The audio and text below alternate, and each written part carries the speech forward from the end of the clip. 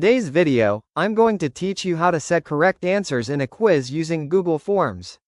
This is perfect if you want to automatically grade responses and turn your form into a functional quiz. To begin, open your Google form. Go to Google Forms and select the form you want to edit so you can access the main editor. Once you're inside the form, look at the top menu and click on Settings. You'll find this tab right next to Questions and Responses.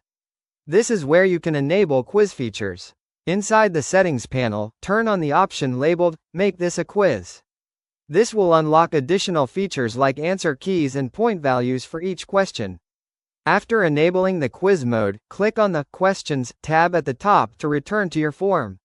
Now, select the question you want to set a correct answer for by clicking inside the question card. This will activate the editing options for that specific question. At the bottom of the question card, click on Answer Key. This option appears once your form is set as a quiz. Next, select the correct answer from the available options. If your question allows multiple answers, you can choose more than one correct response. After that, assign a point value if needed. This determines how much each correct answer is worth in your quiz. Once everything is set, click Done to save the correct answer. Your question is now configured with an answer key, and your form is ready to function as a quiz with automatic grading.